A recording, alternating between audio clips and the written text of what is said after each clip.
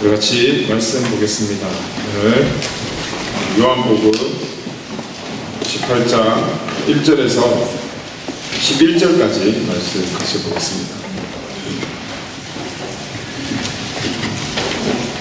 요한복음 18장 1절에서 11절까지 말씀 같이 보겠습니다. 우리 한 절씩 교독하고 마지막 절은 같이 읽겠습니다. 예수께서 이 말씀을 하시고 제자들과 함께 비드론 시내 건너편으로 나가시니 그곳에 동산이 있는데 제자들과 함께 들어가시니라. 그곳은 예수께서 제자들과 모이시는 곳으로 예수를 하는 유다도 그곳을 알더라. 유다가 군대와 대제사장들과 바리새인들에게서 얻은 아랫 사람들을 데리고 등과 횃불과 무기를 가지고 그리로 오는지라.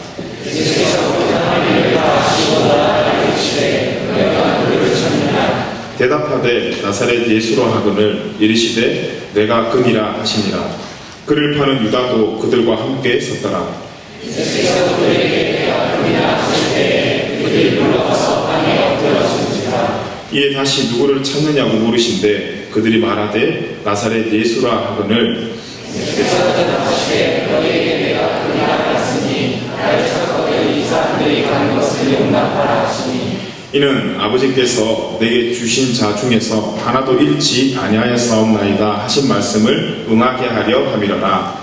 이에 시몬 베드로가 칼을 가졌는데 그것을 베드로가 대제사장에게 쫓아서 오르는 그를 베어버리니 그 중에 영혼을 알고라. 함께 읽겠습니다. 예수께서 베드로더러 이르시되 칼을 칼집에 꽂으라. 아버지께서 주신 잔을 내가 마시지 아니하겠느냐 하시니라. 아멘. 아멘. 오늘은 내가 마셔야 할 잔이라는 제목으로 함께 좀 말씀을 나누겠습니다. 요즘 한국에 큰 이슈, 문제되는 게 하나 있습니다. 뉴스로 많이 보고 있지만 미투 운동이라는 그 운동을 통해서 많은 충격들이 국민들로 하여금 또 우리로 하여금 전달되어지고 있습니다. 그런데 그 뉴스에 등장하는 사람들이 이렇게 보면 저마다 굉장히 그 분야에서 성공을 하고 또 타의 주종을 일으키는 그런 유명한 사람들이 많이 그 뉴스에 고발이 되어지고 있습니다. 유명하니까 또 그렇게 고발되어졌겠지만 그렇게 힘들게 그렇게 어렵게 자신의 꿈을 이루어낸 이후에 그 이루어낸 꿈과 성공으로 자신의 욕망을 채운 그 한 사람 한 사람 모습이 굉장히 좀 안타까운 그런 모습이었습니다. 여러분, 꿈을 꾸는 건 굉장히 중요한 것이고 또 꿈꾸는 것이 굉장히 좋은 일입니다. 그런데 많은 사람들이 이 꿈을 이루는 것이 끝나는 것이 문제라는 것입니다. 내가 이것이 되어야지 하고 난 뒤에 그것이 되고 나면 끝이라는 것입니다. 한국의 고등학교 3학년들의 꿈이 뭡니까? 대학 입학. 그런데 정말은 대학 입학 이후에가 열심히 공부를 해야 되고 그 다음을 향해 달려가야 되는데 대학 입학하면 그 다음부터 뭐합니까? 다 놀고 마시고 그렇게 지내지 않습니까? 우리가 꿈을 꾸는 것도 중요하지만 이제 꿈을 이루어냈다면 그 꿈으로 무엇을 해야 되는지도 분명히 중요한 문제입니다. 우리도 지금 꾸고 있는 꿈, 또 특별히 호주라는 나라 와서 비자의 꿈을 가지고 있잖아요. 영주권 따고 싶다. 근데 영주권 따는 게 목적지가 아니라 따고 난 이후가 더 중요하다는 것입니다. 다시 말하면 우리가 이루어낸 그 다음 내가 이루어낸 그 잔 안에 무엇을 담아내느냐가 더 중요한 문제라는 것입니다. 여러분, 질문 한번 해보겠습니다. 여러분, 꿈이 있습니까? 혹시 우리가 들어야 될 이야기가 아닌 것 같습니까? 10대가 들어야 될 것 같고 20대 초반 21살 정도까지만 들어야지 혹시 우리에게 하는 질문은 뭐 먹고 살래? 이 질문이 우리한테 어울리는 것 같습니까? 근데 생각해보면 지금 우리도 충분히 꿈을 꿀 수 있는 그런 나이입니다. 여러분, 꿈이 있습니까? 무엇이 여러분 가장 하고 싶고 여러분 뭘 할 것이라 생각할 때 가장 기분이 좋습니까? 혹시 그 꿈을 지금 향해 달려가시는 분 계십니까?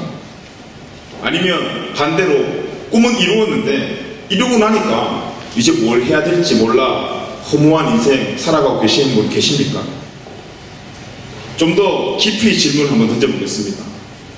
성경적으로 여러분, 지금 여러분이 바라고 이루고 싶어하는 그 꿈이라는 잔에 하나님은 무엇을 담기 원하시는지 여러분 혹시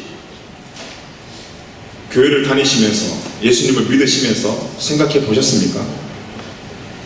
그렇다면 지금 내가 꿈꾸고 있고 목표하고 있는 그 꿈이라는 잔에 담겨져 있는 것이 정말 하나님이 원하시고 그래서 정말 여러분이 마셔야 될 것 맞습니까? 솔직히 이 질문은 말씀을 준비하면서 저한테 던져진 질문들인데 다시 한번 여러분한테 이야기하고 나니까 더 복잡해지는 것 같습니다. 제가 우리 아이랑 큐티한 지 한 5년 정도 되었거든요. 우리 아이 2살 때부터 큐티를 시작했었는데 어느 날 프랩 다닐 때 우리 아이랑 큐티를 하다가 그 큐티 내용에 꿈이라는 주제를 가지고 큐티를 말씀 본문이 한 개 나와 있었습니다.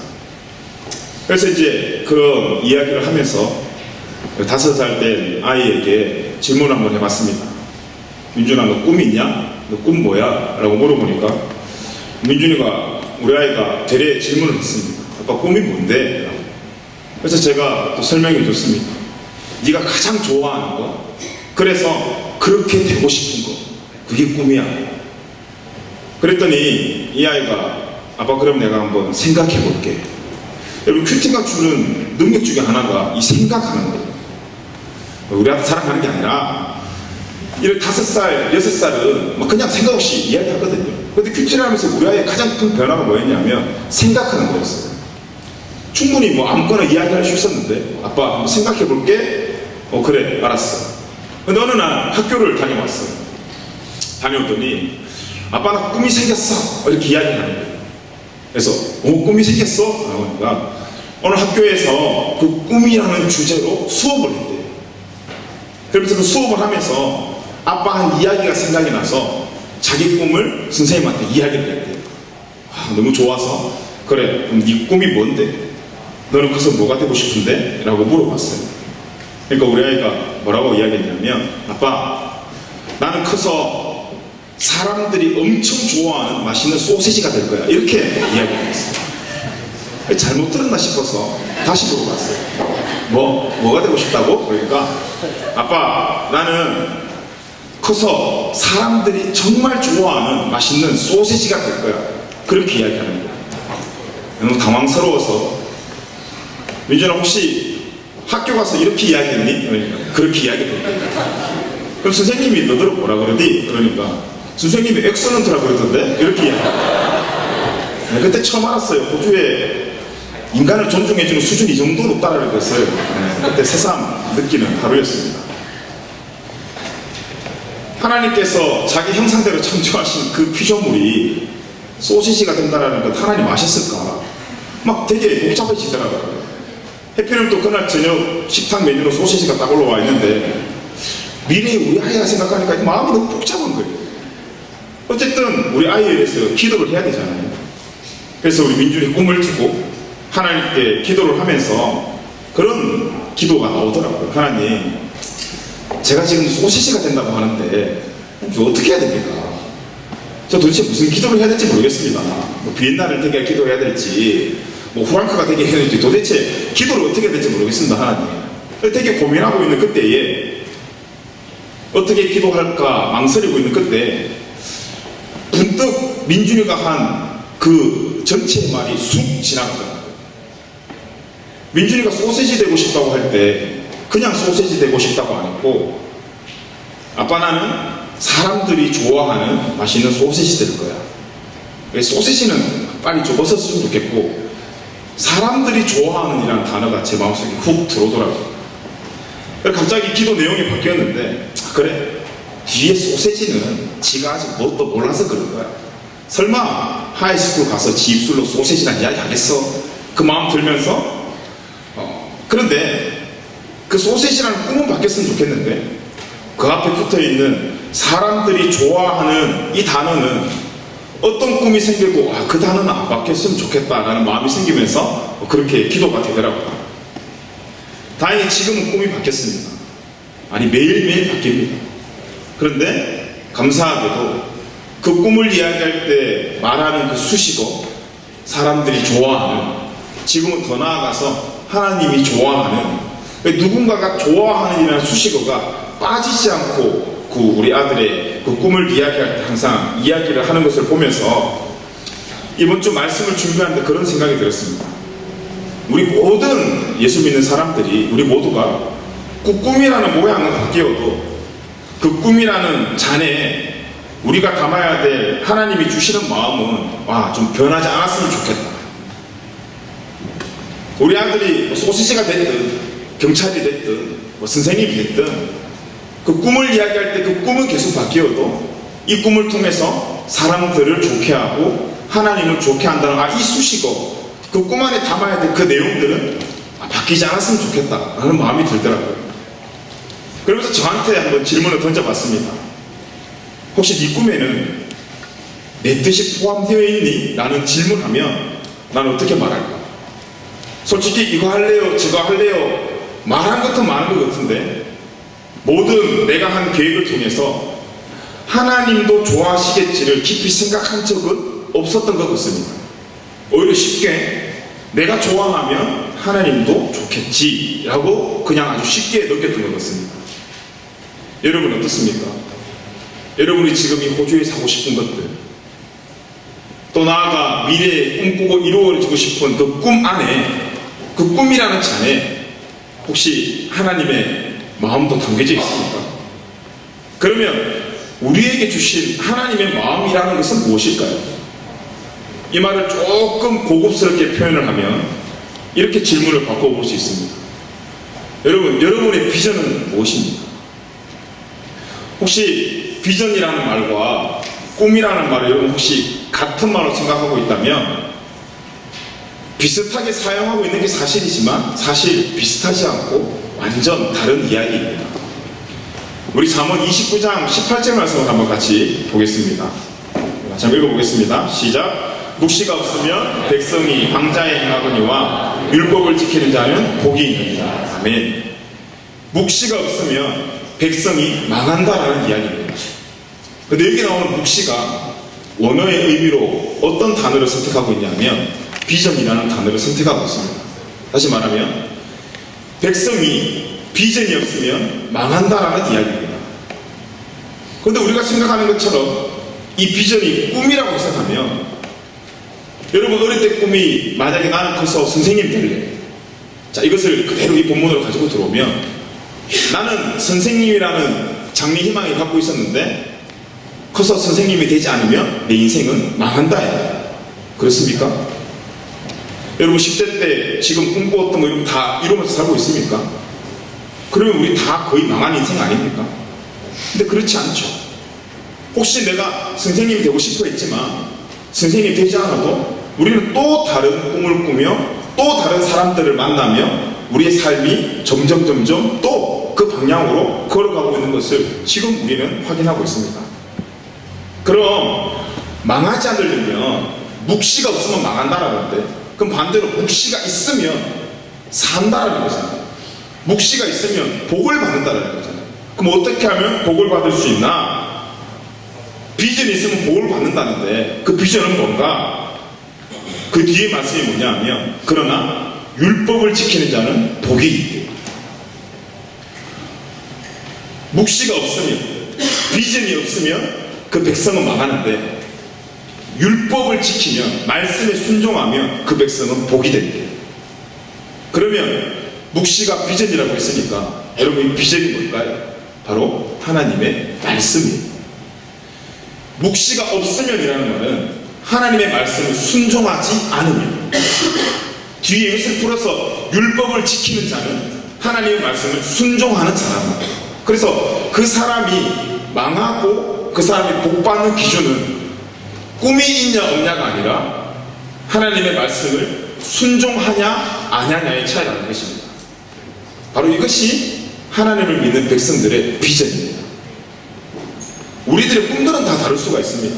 어떤 사람은 의사가 되고 싶어도 하고 어떤 사람은 선생님이 되고 싶어 하고 꿈은 다 다릅니다. 하지만 그 꿈으로 우리가 이루어낸 그 꿈을 통해서 우리가 마셔야 할 잔은 그 꿈을 통해서 하나님 말씀에 순종하는 그 순종의 잔이 우리에게 필요하다는 것입니다. 그리고 그 잔을 마시는 인생이 복된 인생이라고 합니다. 이것이 우리 믿는 사람들의 비전입니다. 비전이 뭡니까? 하나님 말씀에 순종하는 것. 그렇기 때문에 이 비전의 문제는 소속의 문제입니다. 그래서 꿈은 바뀌어도 비전은 절대 바뀌어서는 안 되는 것입니다. 왜 그렇습니까? 이 비전이 바뀌면 망하기 때문입니다. 여러분, 제 이름은 문준현입니다. 제 이름이 마음에 안 들어서 문원빈으로 바꿀 수는 있습니다. 비웃는 어떤 이런 건 감수해야 되겠지만, 하지만 사는 데는 큰 문제가 생기지 않습니다. 그런데 제 성이 마음에 들지 않아서 성을 김으로 바꾸고 김준현으로 살아간답니다. 생긴 건 비슷하게 보이지만 완전 다른 사람이잖아요. 족보가 바뀌는 거 아닙니까? 소속이 바뀌는 거잖아요. 다시 말하면 꿈은 언제든지 바뀔 수 있는 우리의 이름이라면 비전은 절대 바뀌면 안 되는 우리의 성과도 같다는 것입니다. 오늘 우리가 읽은 이 본문의 말씀은 여러분 기억하실지 모르겠지만 지난주에 우리가 보았던 예수님이 유대인들이 고발해서 그 빌라도 앞에서 신문을 받기 이전에 예수님께서 지금 체포당하는 모습을 기록해 놓은 그런 말씀입니다. 그런데 이 말씀을 보면 이 말씀에 등장하는 그 예수님의 모습이 뭔가 지금 체포당하기 직전이거든요. 죽기 직전. 두려움이 있어야지만이 정상인 건데 그 체포당하는 것 앞에 두려움이 아니라 오히려 죽임을 맞이하는 그 모습이 너무 당당하고 또 누가 여기 예수 있어 잡아가가 아니라 자기가 자발적으로 내가 예수야. 너도 찾는 사람 누구야? 나 아니야? 나만 잡아가. 자발적으로 그렇게 움직이고 있다는 것입니다. 예수님께서 왜 이렇게 당당할 수 있을까요? 예수님 자체가 내가 이 땅에 온 목적이 십자가에 못 박혀 돌아가시는 것을 이미 알고 있었기 때문에 예수님이 당당했을까요? 그러면 우리 한번 먼저 예수님이 이 땅에 오신 목적에 대해서 한번 같이 이야기해 봅시다. 여러분, 예수님께서 이 땅에 오신 목적이 무엇입니까? 이 질문 앞에 우리는 다 그렇게 이야기할 것 같습니다. 이 땅에 오셔서 우리를 구원해 주시기 위해서. 그래서 예수님의 비전이 뭡니까? 라는 질문도 동일하게 우리는 예수님께서 이 땅에 오셔서 십자가를 지심으로 우리를 구원해 주시기 위해서. 틀린 말 아니지만 여러분, 정말 예수님께서 이 땅에 오신 목적의 우선순위가 우리를 위해서 십자가에 못 박혀 돌아가시는 것이, 우리를 위해서 우리를 구원해 주시는 것이, 그것이 정말 예수님의 첫 번째 목적이었을까요? 마태복음 4장에 보면 예수님께서 광야에서 40일 금식기도 마치시고 사단에게 시험받는 장면이 이 4장에 등장을 합니다. 그 세 가지 시험 중에 마지막 시험이 뭐냐고 하면 마태복음 4장 8절에서 9절 말씀입니다. 우리 같이 한번 읽어보겠습니다. 시작. 마귀가 또 그를 데리고 지극히 높은 산으로 가서 천하만국과 그 영광을 보여 이르되 만일 내게 엎드려 경배하며 이 모든 것을 내게 주리라. 아멘. 지금 마귀는 어쨌든 예수님이 십자가를 못 지게 해야 됩니다. 그런데 우리가 아는 것처럼 예수님이 이 땅에 오신 목적은 우리를 구원하기 위해서였습니다. 마귀가 미끼를 던지는 거예요. 그래서 그 미끼를 물게 되면 어떻게 됩니까? 예수님께서 굳이 십자가를 지지 않더라도 공의를 위해서, 정말 사랑하는 우리를 위해서 눈 한번 질끈 감고 마귀에게 절 한번 했더라면 굳이 고통스러운 십자가 지지 않더라도 우리를 구원할 수 있는 충분한 방법이 마태복음 4장에 제시가 되었습니다. 그런데 이 좋은 방법 앞에 예수님께서 뭐라고 말씀하시냐면 마태복음 4장 10절과 같이 말씀하십니다. 우리 같이 읽어보겠습니다. 시작. 이에 예수께서 말씀하시되 사탄아 물러가라. 기록되었을 때 주 너의 하나님께 경배하고 다만 그를 섬기라 하였느니라. 하나님만 경배하고 섬기라 했다 이야기하는 겁니다. 이 경배라는 뜻에 어떤 의미가 포함되어 있냐면 숭배하다라는 의미가 포함되어 있습니다. 자, 오늘 우리가 읽은 마태복음 4장 10절을 지금 이 세상 말로 쉽게 표현하면 꺼져. 아빠가 다른 사람 말 듣지 마라 했어. 나는 우리 아빠 말만 들을 거야. 이렇게 말하는 거예요. 그냥 사탄한테 그냥 이 말씀대로 사탄아 물러가라 이게 아니라 되게 지금 사탄한테 뭐라 하는 거예요. 꺼져 이씨. 나 우리 아빠가 아무 말 듣지 마라 했거든. 나 우리 아빠 말만 들을 거야. 이 뉘앙스예요. 예수님께서 왜 십자가 지셨습니까? 우리를 사랑해서 맞습니다. 하지만 그 전에 예수님께서 이 십자가를 지신 이유는 그것이 예수님의 꿈과 비전이 아니라 하나님께서 우리를 구원하는 방법을 예수님이 십자가를 질 것을 명하셨고 그 말씀에 순종하셨기 때문에 순종하는 것이 예수님의 꿈이었고 예수님의 비전이었다는 것입니다. 이 순종을 예수님이 몸소 십자가를 통해서 보여주신 것입니다. 그래서 예수 믿는 사람들의 정확한 비전을 이야기하고 나면 우리 모든 사람들의 비전은 바로 예수 그리스도가 되는 것입니다.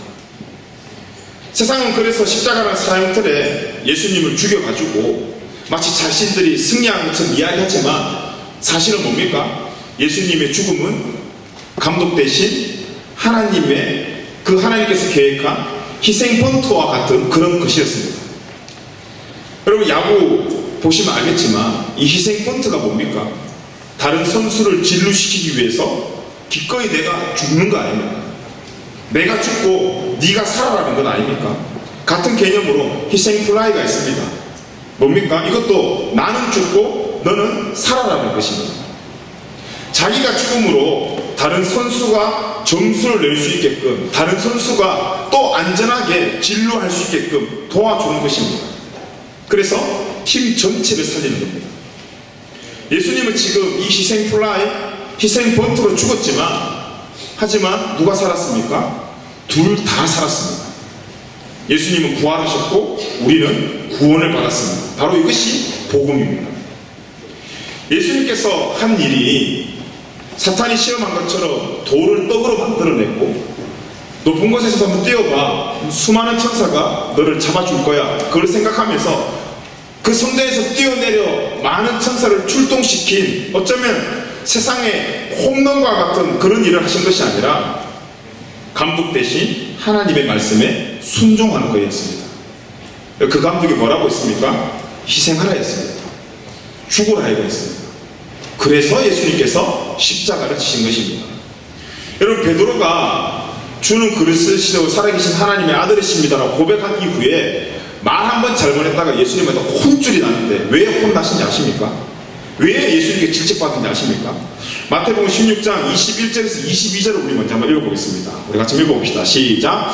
이때로부터 예수 그리스도께서 자기가 예루살렘에 올라가 장로들과 대제사장들과 서기관들에게 많은 고난을 받고 죽임을 당하고 제3일에 살아나야 할 것을 제자들에게 비로소 나타내시니 베드로가 예수를 붙들고 항변하여 이르되 주여 그리 마옵소서 이 일이 결코 주께 미치지 아니하리이다. 쉽게 이야기하면 예수님이 이제 나 십자가에 못 박혀야 돼 라고 이야기할 때 베드로가 스승이신 예수님을 굉장히 사랑하는 마음으로 위로하는 마음으로 예수님 그거 하셔야 돼요 라고 걱정해 주는 거예요. 지금 이 세상에서 우리 교회에서 공동체에서 이 이야기 한다고 이상하게 생각될 또 그런 상황 생기지 않아요. 너무 지극히 당연한 일이고 혹시 그 말 하지 않으면 서운해할 수 있는 사람의 마음으로 생각하면 이 말이 뭐가 잘못됐지 라고 생각을 할 수 있어요. 그런데 이 질문, 이 베드로의 말 앞에 예수님께서 뭐라고 말씀하시냐면 마태복음 16장 23절입니다. 우리가 같이 읽어봅시다. 시작. 예수께서 돌이키시며 베드로에게 이르시되 사탄아 내 뒤로 물러가라 너는 나를 넘어지게 하는 자로다 내가 하나님의 일을 생각하지 아니하고 도리어 사람의 일을 생각하는도다 하시고 여기도 마태복음 4장 사단에게 시험 받았을 때에 사단에게 했던 말과 똑같은 말이 사단아 뒤로 물러가라라는 말씀을 하셨습니다. 이 말도 동일한 말입니다. 야 너도 나를 보내신 아빠의 말을 듣는 것은 네가 방해하는 거야. 네가 지금 하는 말이 하나님께서 나에게 하신 말씀이냐 아니면 네 말이냐 좀 잘 생각해보고 나한테 이야기하지 않을래? 라는 이야기입니다. 말씀을 모르고 그래서 그 말씀에 순종하지 않는 사람은 언제든지 사단의 먹잇감이 된다라는 이야기입니다. 그러면서 예수님께서 제자들에게 뭐라고 말씀하시냐면 24절에서 25절입니다. 우리 같이 한번 읽어봅시다. 시작. 이에 예수께서 제자들에게 이르시되 누구든지 나를 따르려거든 자기를 부인하고 자기 십자가를 지고 나를 따를 것이니라. 누구든지 제 목숨을 구원하고자 하며 잃을 것이요 누구든지 나를 위하여 제 목숨을 잃으면 찾으리라. 나를 따르려면 너 혼자 그렇게 홈런 치려고 살려는 것이 아니라 감독인 하나님의 말씀에 순종할 수 있는 그 마음. 그래서 희생번트 치라면 네 지금 컨디션이 홈런을 칠 수 있는 컨디션에도 불구하고 감독이 희생번트 치라면 내 하면서 희생번트 칠 수 있는 그 순종의 마음 가지고 날 따라오라는 이야기입니다. 근데 요즘 이 순종이 있어야 될 교회에 순종이 사라지고 있습니다. 순종을 굴복이라고 생각합니다. 감독은 지금 팀 전체를 살리기 위해 희생번트를 이야기하는데 우리 한 사람 한 사람은 자신의 기록에 더 욕심이 생겨서 홈런 치는 겁니다. 교회들의 대형화, 세습의 문제, 권력의 문제, 물질의 문제, 혹시 모두가 감독 사인 무시하고 홈런 치는 현상 아닙니까? 그리고 뭐라고 하는 감독에게 오히려 우리가 따집니다. 말씀 앞에 순종의 느낌표가 생기는 것이 아니라 어떻게 하면 내가 왜 순종해야 됩니까? 라는 물음표가 점점 교회에 강해진다는 것입니다. 그렇다 보니까 교회에서 가면 갈수록 이 순종을 가르치지 않습니다. 이유가 뭘까요? 성도들이 싫어하기 때문입니다. 우리를 바보로 하나? 그런 옛날 옛적 이야기 우리가 그거 듣고 그렇게 할 것 같아? 이런 반응을 성도들이 보이니까 교회에서도 그 말 하지 않는 것입니다. 자연스럽게 순종을 강조하지 않으니까요 말씀을 멀리하게 됩니다. 말씀을 멀리하게 되니까 지극히 감정적이고 기복적인 그런 신앙의 성도들이 교회에서 양육되어진다는 것입니다. 여러분 어떻게 생각합니까? 하나님과 우리의 관계에서 가장 중요한 게 뭡니까? 순종입니다. 여러분 성경에 많은 사람들이 왜 망했습니까? 왜 이스라엘 백성들이 망했습니까? 돈이 없어서 망했습니까? 하나님 말씀에 순종하지 않아서 망했습니다. 반대로 왜 성경에 나오는 많은 사람들이 복을 받았습니까? 잘생겨서 이뻐서 뭐가 있어서 복 받았습니까? 하나님 말씀에 순종했기 때문에 복 받았습니다. 그렇기 때문에 우리는 이 순종이라는 이 단어 앞에 깊은 묵상이 있어야 됩니다. 신앙의 연수가 찼다고 해서 하나님의 말씀을 우습게 여기고 귀를 막고 말씀을 덮은 채 자기의 실력과 경험을 믿고 순종하지 않는 것이 얼마나 어리석은 것이라는 것을 우리가 빨리 깨달아야 됩니다. 그런데 순종하면 내가 죽는 줄 압니다. 주관이 없는 사람으로 비춰지는 줄 압니다. 순진한 사람으로 비춰지는 줄 압니다. 그래서 순종은 아무것도 모르는 초신자 같은 사람만 하는 것이 순종이라고 생각합니다. 여러분 이 순종도 훈련입니다. 왜 훈련입니까? 어렵기 때문에 훈련입니다. 어렵지만 하지만 가장 기초되는 것이 이 훈련입니다. 이 순종이 바로 소속의 문제이기 때문입니다. 여러분 한 주 동안 여러분이 있는 그 직장에서 이해가 되지 않아도 사장님의 말을 듣는 이유가 뭡니까? 여러분이 직원이기 때문입니다. 그 말 듣지 않으려면 그 말 순종하기 시작하면 간단합니다. 그래서 나오면 됩니다. 근데 그 밑에 있는 한 이해가 되지 않지만 그분이 나의 오너이기 때문에 여러분 순종하는 겁니다. 우리가 하나님께 왜 순종해야 됩니까? 라는 질문을 던진다면 수백 가지 질문이 아니라 단 한 가지 대답밖에 없습니다. 그 하나님이 우리의 삶의 오너십이기 때문입니다. 그게 우리가 순종해야 될 목적입니다. 그리고 순종이라는 말이 히브리어로 샤마라는 단어를 쓰고 있습니다. 이 샤마라는 뜻이 뭐냐 하면 듣는다라는 뜻을 가지고 있습니다. 다시 말하면 듣는다는 말과 순종이라는 말이 동의어라는 것입니다. 우리가 어릴 적부터 자라면서 이 말 많이 들어왔습니다. 엄마 아빠한테 야, 말 좀 들어라. 그 말이 다시 무슨 말이냐면 순종해라 라는 이야기입니다. 우리는 믿음 이야기하지만 이 믿음이 어디에서 나냐 하면 듣는 것부터 시작이 됩니다. 순종에서 나옵니다.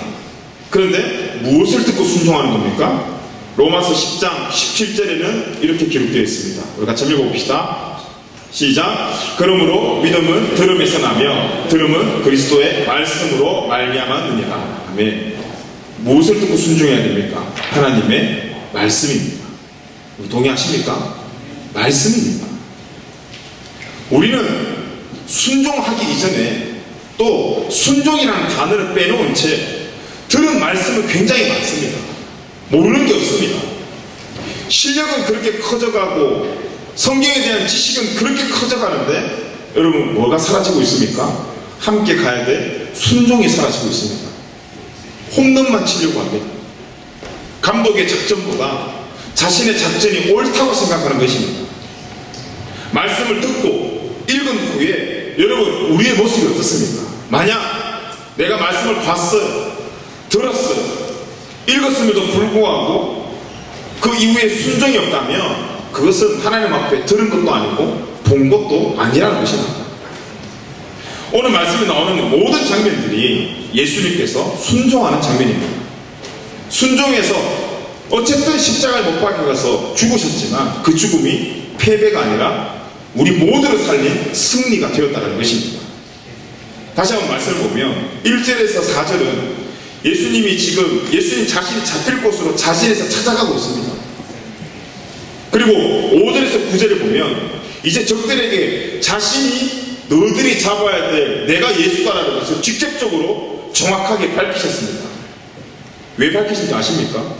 그렇게 밝힘을 통해서 다른 11 제자들이 나와 함께 체포되는 것을 막아주시기 위해서 그 잔을 나누어 마시는 것이 아니라 주신 잔을 혼자 마시기 위해서. 여러분 진정한 승리성 아닙니까?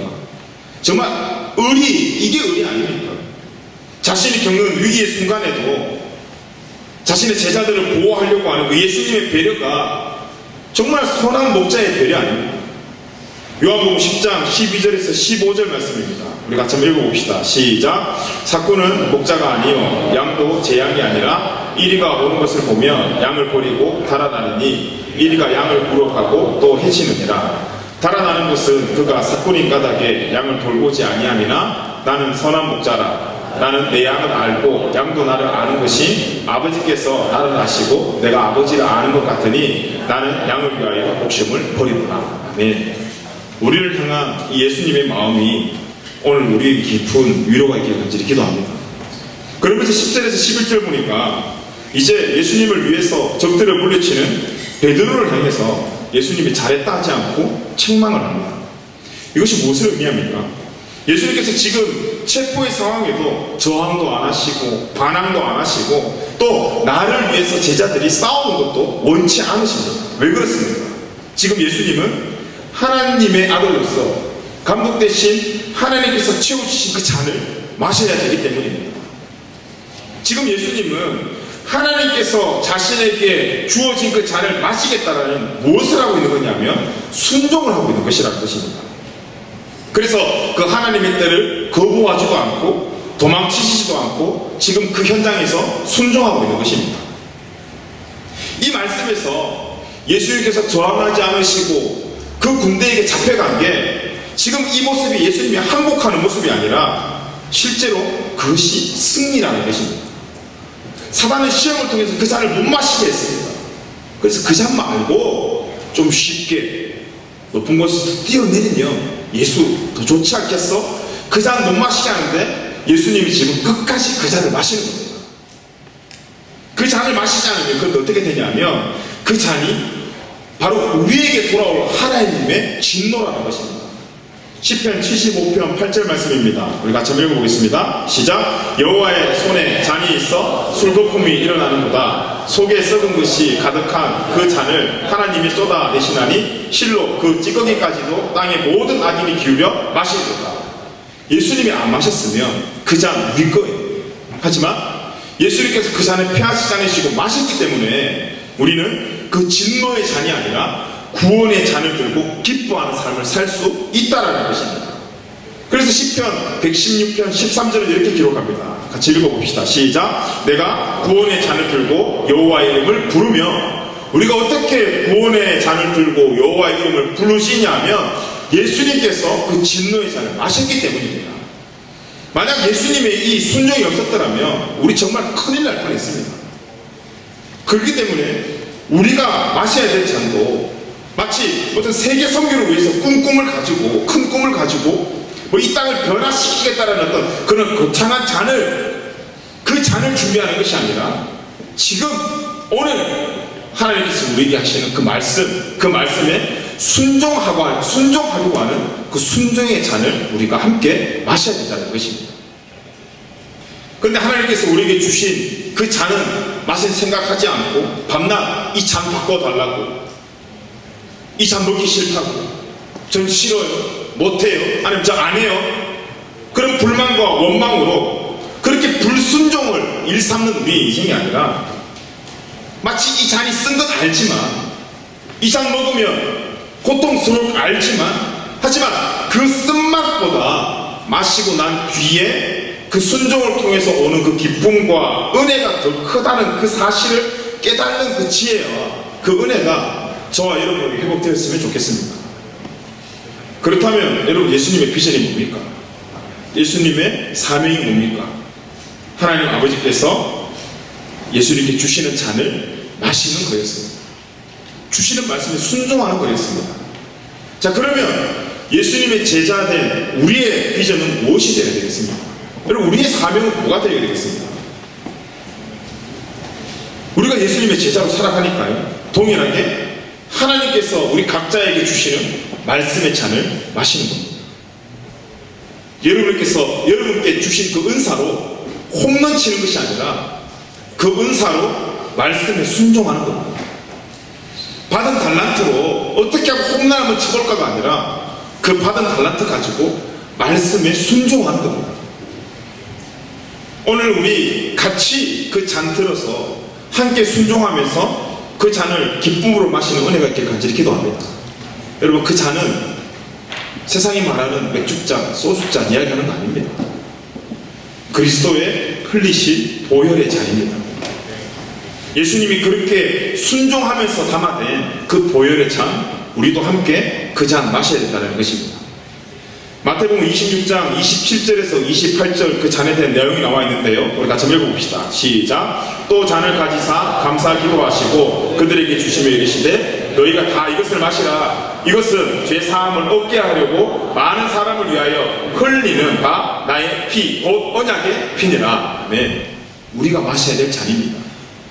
오늘 특별히 조장 임명을 한 주일에 우리 시티 교회를 섬기는 모든 리더들에게 정말 진심으로 함께 권면하고 함께 도전하고 싶습니다. 우리 조장님들, 또 우리 찬양팀, 새신자팀, 또 영상과 편집으로 또 안내하고 친교하고 봉사하고 전도하고 또 사역하면서 섬겨나가는 모든 우리 리더들이 주신 은사로 홈런 치는 것에 우선순위를 두는 것이 아니라 은사 주신 분에게 그 은사와 달란트 가지고 그분의 말씀을 보고 듣고 순종하는 리더가 우리 시티 선교회를 섬기는 모든 리더가 되기를 간절히 기도합니다. 또 우리 예배하는 우리 모두가 이 땅에서 꾸는 꿈을 통해서 하나님의 말씀을 순종해내는 은혜가 있길 간절히 기도합니다. 우리 마지막으로 사무엘상 15장 22절 말씀 같이 한번 읽어보겠습니다. 우리 같이 한번 읽어봅시다. 시작. 사무엘이 이르되 여호와께서 번제와 다른 제사를 그의 목소리를 청정하는 것을 좋아하신 같이 좋아하시겠나이까? 순종이 제사보다 낫고 듣는 것이 수장의 기름보다 나으니. 아멘. 순종이 우선순위라는 것입니다. 여러분, 다른 것 좀 부족해도 괜찮습니다. 하지만 하나님의 말씀에 순종하는 것만은 양보하지도 타협하지도 않는 우리 예수 믿는 성도의 사람들이 되길 간절히 기도합니다. 여러분, 우리의 꿈은 다릅니다. 하지만 우리의 선포되는 비전은 같아야 됩니다. 우리의 비전이 예수 그리스도가 되어야 됩니다. 이번 한 주간 하나님의 말씀 잘 듣는 그런 한 주간 되길 간절히 기도합니다. 그 순종의 길을 기쁨으로 걸어가는 그런 한 주 되길 간절히 기도합니다. 그렇게 보고 또 그렇게 듣고 순종하는 우리들을 하나님께서 분명히 도구로 사용해 줄 줄 믿습니다. 여러분 말씀 보는 열심히 있길 간절히 기도합니다. 여러분 많이 먹고 그러면 살이 찌게 되어 있습니다. 조금 먹으면 죽지는 않으나 살 수는 있습니다. 안 먹으면 죽습니다. 우리의 영혼도 똑같습니다. 많이 먹으면 살찝니다. 조금 먹으면 죽지는 않으나 살 수 있지만 먹지 않으면 죽습니다.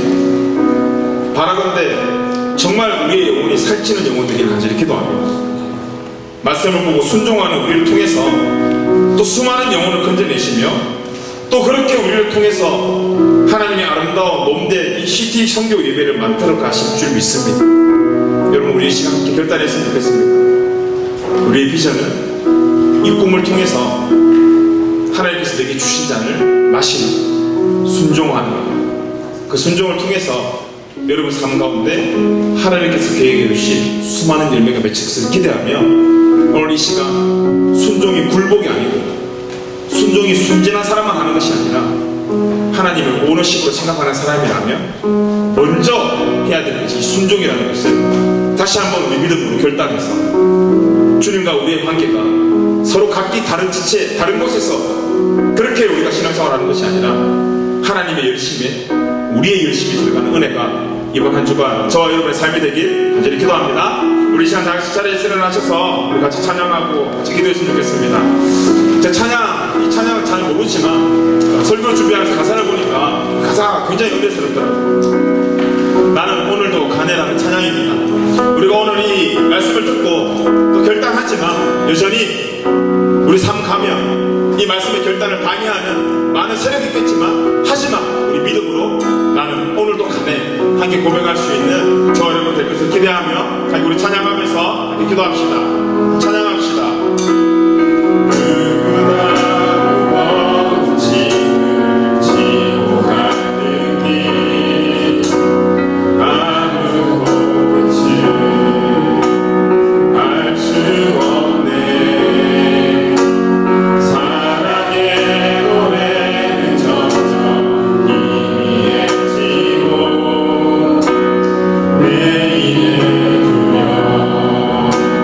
넘치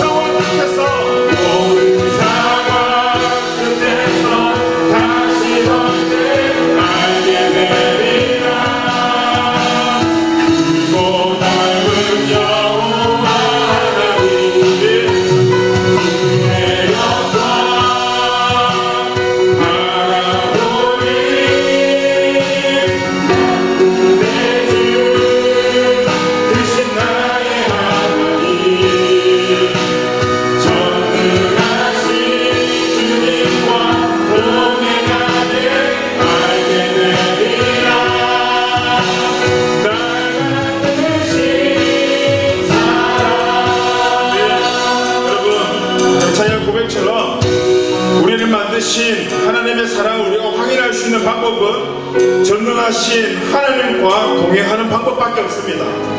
그 동행의 무기가 순종일 줄 믿습니다.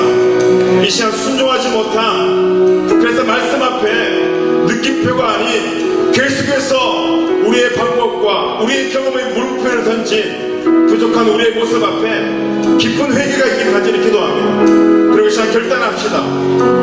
하나님의 아들이신 예수님마저도 그분의 비전이 말씀에 순종하는 것이었다면 그 제자로 살아가는 우리의 비전도 동일하게 다른 우리의 의사로 홈런 치는 것이 아니라 그 말씀에 희생번터하라면 희생번터하고, 그래서 죽으라면 죽을 수 있는 순종하는 것이 바로 우리 믿는 사람들의 비전인 줄 믿습니다. 그 순종을 두려워하지 말고 믿음으로 그 순종의 길, 나는 오늘 가네, 그것을 결단하는, 그것을 결단할 수 있는 담대함 주님 허락해 주십시오. 그래서 이번 한 주 내가 주님 앞에 순종하는 한 주 될 수 있도록 주님 함께 해달라고 이 시간 기도하며 나갔으면 좋겠습니다. 우리가 기도하겠습니다. 하나님 감사합니다. 그렇습니다. 하나님, 내가 주님의 사랑을 발견할 수 있는 길은 오직 하나님과 동행하는 삶인 것을 고백합니다. 하나님과 동행하는 삶이 바로 하나님 말씀에 순종하는 삶임을 이제 우리가 고백합니다. 하나님 말씀에 순종하지 못하고 하나님 그 마음으로 살아갔던 주님 용서해 주시옵소서. 순종이 불복이라 생각하고 모든 사람들과 순진한 사람들과 순종했다고 생각해서 하나님의 연약한 생각들과 마음들이 다시 한번 무너지게 하여 주시옵소서. 감사합니다.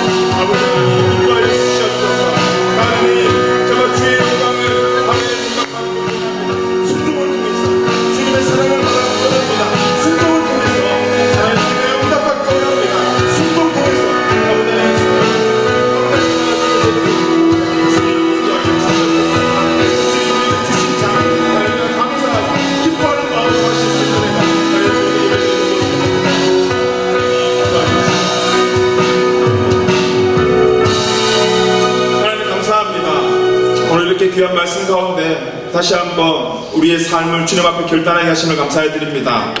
하나님, 정말 우리의 비전이 예수 그리스도가 되기 원합니다.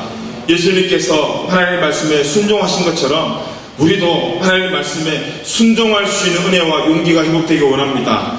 하나님, 다른 것을 순종하는 것이 아니라 그 말씀을 순종할 수 있게, 그래서 그 말씀을 열어 말씀을 볼 수 있는 은혜가 우리 가운데 생겨날 수 있도록 주님 함께하여 주시옵소서. 하나님, 우리가 성장하기 원합니다. 순종을 통해서 성장하기 원합니다. 하나님, 우리가 복을 받기 원합니다. 하나님, 그것도 순종을 통해서 복 받기 원합니다.